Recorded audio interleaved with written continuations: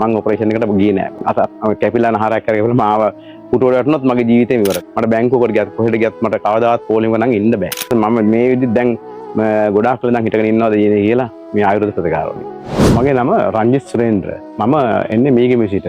මට තිබුණා සයිටිකා කියන රෝගය 2011 සිට. ඒ කියන්නේ මේ වෙද්දී වර්ෂ 14ක් මට හිටගෙන ඉන්න බෑ. විනාඩි 15ක් 20ක් විතර හිටගෙන ඉන්නකොට මට ඉඳ ගන්නම ඕන. ඒ කියන්නේ හිටගෙන ඉන්නම බෑ. මට බැංකුවකට ගියත් කොහෙට ගියත් මට කවදාවත් පොලිමක නම් ඉන්න බෑ.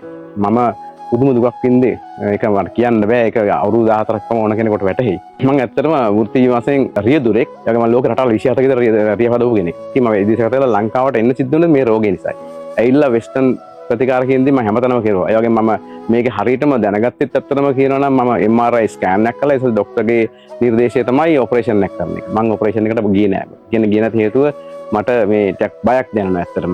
මොකද මෙතනින් අත කැපිලා නහරයක් කරගෙන මාව පුටුවට වැටුණොත් මගේ ජීවිතේම ඉවරයි. මාස 14කට පස්සේ මට හොඳ තැනක් ලැබුණා මේ සිලෝන් හොස්පිටල් කියලා. සති 6ක් මම මේ විදිහේ ප්‍රතිකාර කරලා තියෙනවා. මට 70%කටත් වැඩිය හොඳයි. මම මේ විදිහට දැන් ගොඩාක් වෙලා නම් හිටගෙන ඉන්නවද කියලා මේ ආයුර්වේද ප්‍රතිකාරවලින්.